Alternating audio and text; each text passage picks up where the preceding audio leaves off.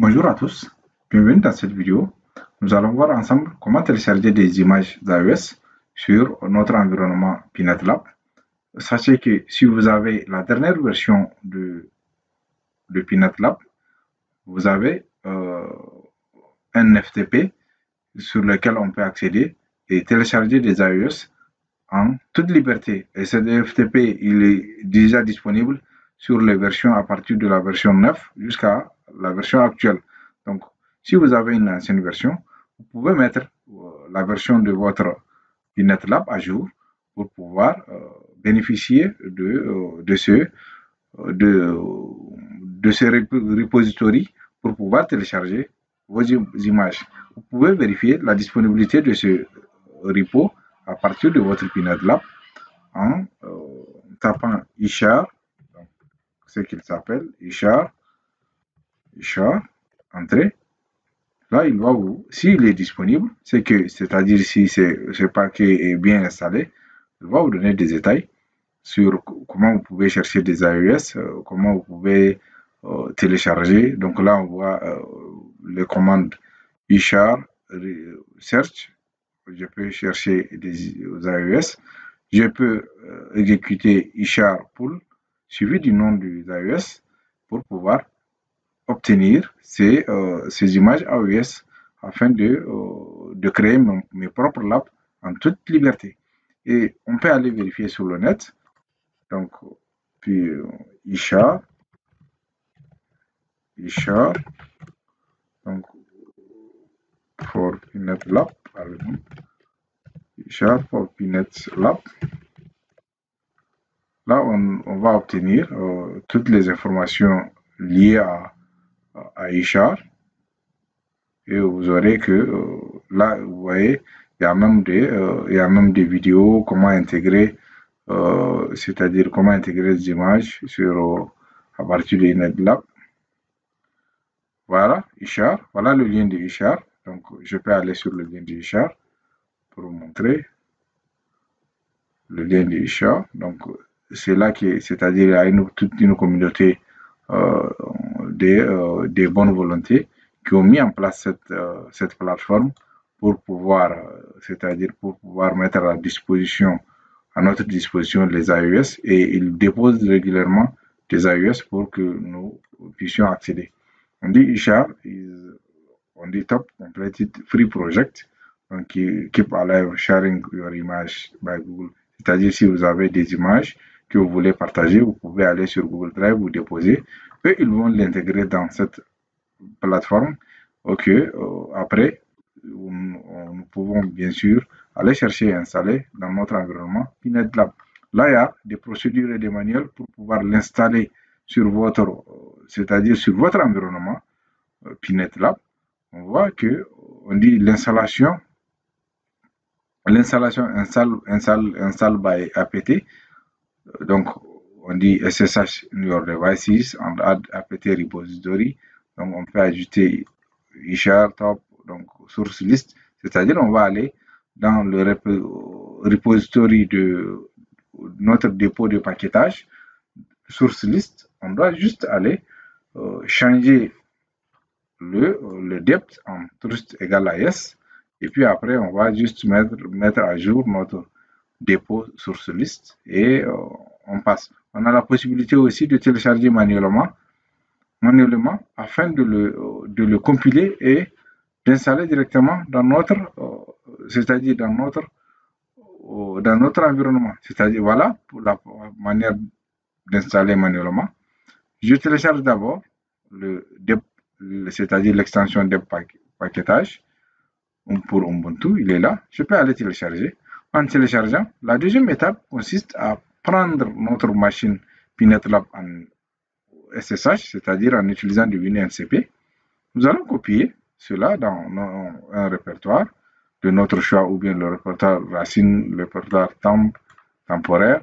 Après, on va essayer d'installer ishar en utilisant les commandes dpkg, donc -i install, le chemin d'accès de notre ishar en .deb, et puis on l'installe. Maintenant, une fois que l'installation est terminée, c'est-à-dire vous aurez à exécuter Ishar, search. Maintenant, là, ici, vous mettez le mot-clé d'image que vous cherchez. Si c'est Cisco, vous mettez Cisco, IOL, Forti, vous mettez, et vous aurez la liste des images disponibles dans cet environnement Ishar. Et vous pouvez télécharger en utilisant la commande après Ishar Pull. Maintenant, à travers la commande de recherche, vous allez choisir l'image que vous souhaitez télécharger.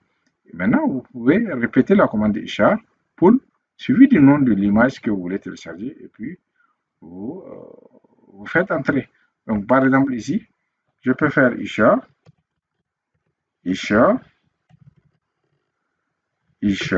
par exemple, je fais search, Forti, par exemple. Entrer. Là, il va me lister les images. Déjà, vous voyez, déjà, j'ai des images qui est mis pour Forti.5.2, Forti Analyzer, Forti Manager, Forti Mail, Forti la version 7, 7.1, 7.3 et même la version 7.0.3 build. Donc, supposons que moi je souhaiterais installer la version Forti, c'est-à-dire Forti la version 7.3. Donc, je vais vers Ishar, je fais pull. Le nom de donc Fortinet F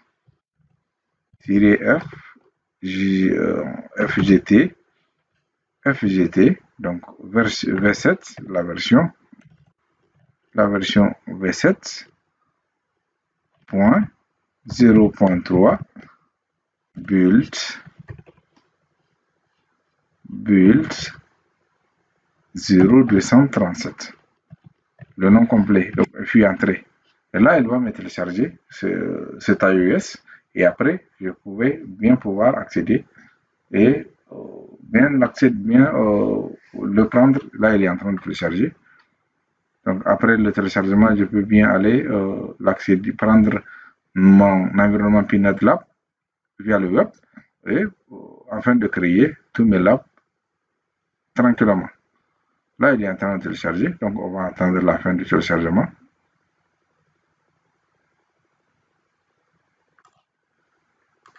Voilà, là, il a bien terminé. Donc, nous voyons déjà, il a bien téléchargé notre image Forti 7.0.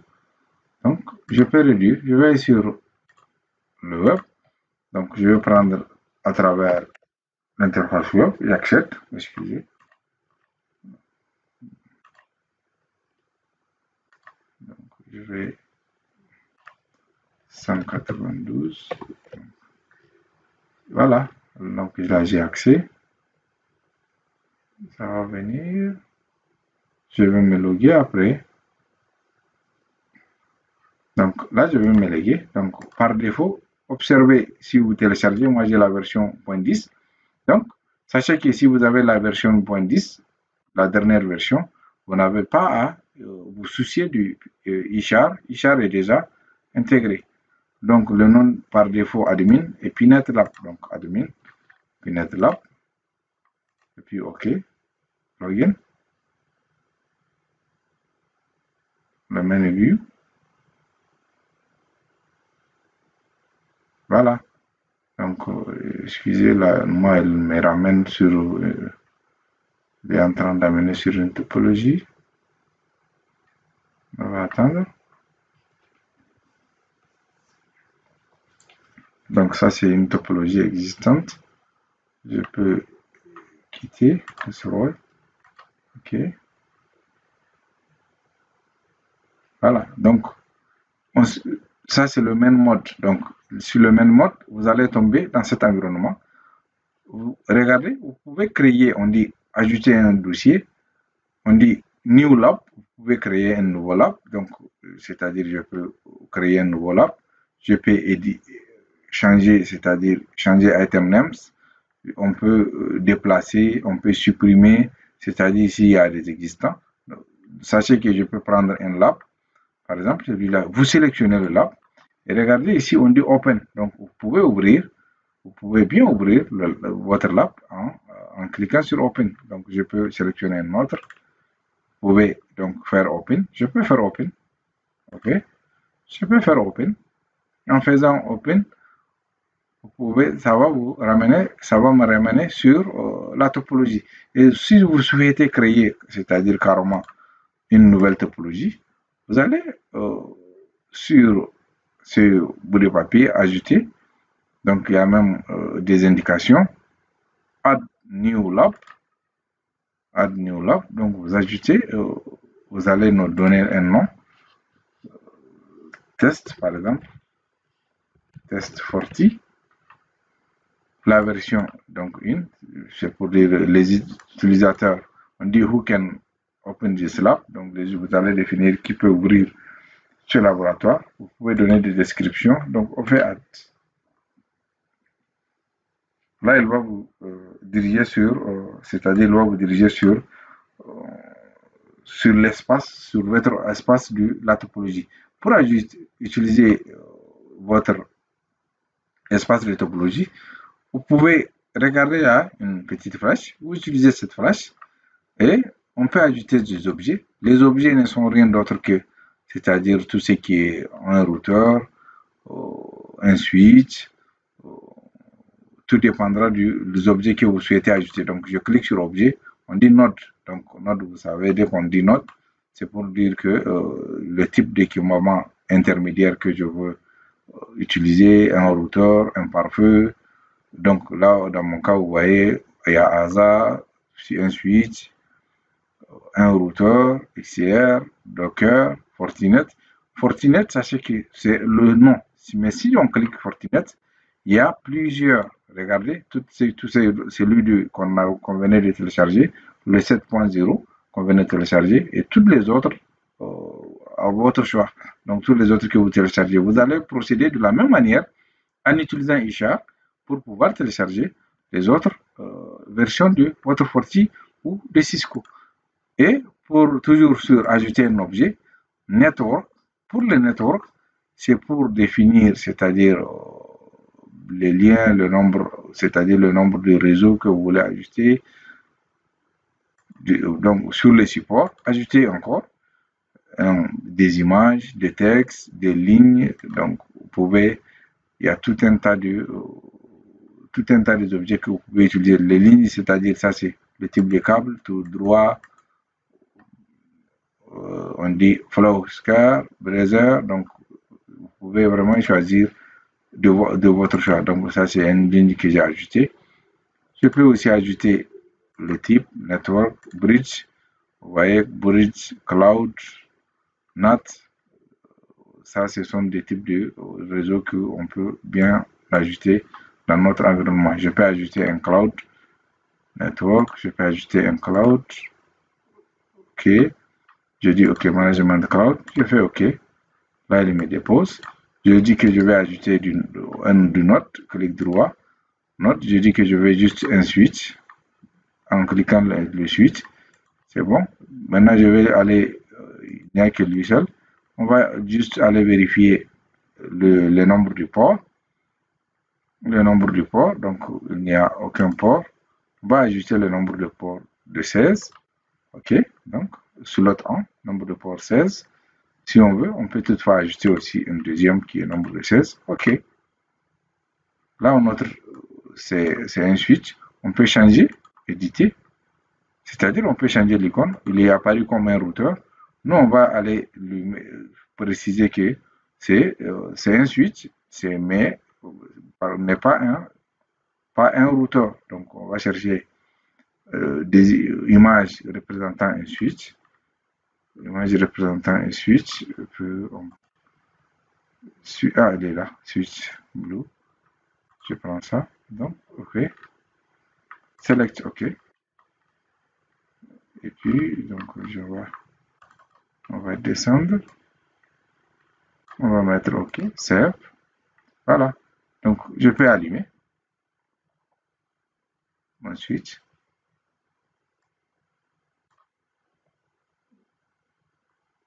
Il n'a pas démarré, je dirais. Ah, il a bien démarré. Donc, vous faites un clic Là, on dit, ce site tente d'accéder à SSH, je le vois ouvrir. Là, notre switch est en train de démarrer. Sachez que cette interface d'administration de Pinet Lab est accessible grâce à notre carte physique qui est partagée avec la VM du Pinet Lab. C'est pourquoi nous avons l'accès. Donc, si vous regardez l'adresse du management, c'est-à-dire c'est une adresse qui a été attribuée par le NAT, donc il communique bien avec, c'est-à-dire il communique bien avec notre environnement, Pinet Lab. On peut aller vérifier la configuration de la carte réseau. La configuration de la carte réseau, setting, par exemple, setting de la machine Pinet Lab. Voilà, une carte est c'est-à-dire en NAT pour recevoir de l'internet, une carte est en bridge pour pouvoir, c'est-à-dire connecter directement to the physical network. C'est cette carte qui nous permet l'accès à notre Pinet Lab en web et en SSH.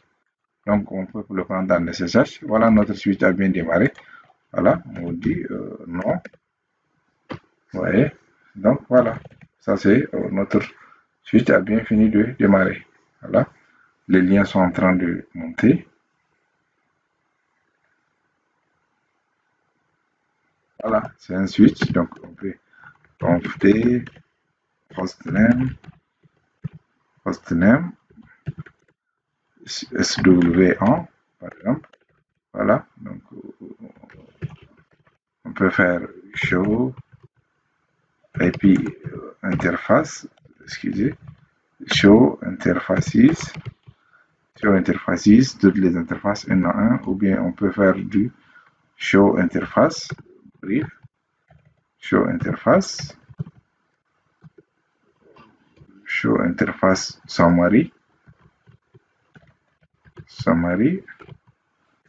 entrée. Donc là, la liste en résumé de toutes les interfaces. Vous voyez, la liste de toutes les interfaces.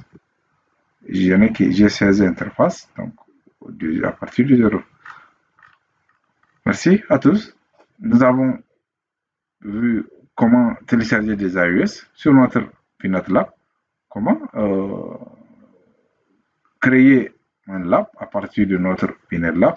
J'espère que ça vous donnera un coup de pouce pour pouvoir aller approfondir vos recherches. Sachez qu'il y a plein de ressources sur la documentation du site du Pinet Lab. Vous pouvez aller pour trouver, c'est-à-dire tout ce que vous voulez, de la téléchargement jusqu'à l'installation. Vous pouvez avoir des documentations bien détaillées en suivant étape par étape pour pouvoir bien bénéficier de cet outil de simulation réseau. Merci à tous.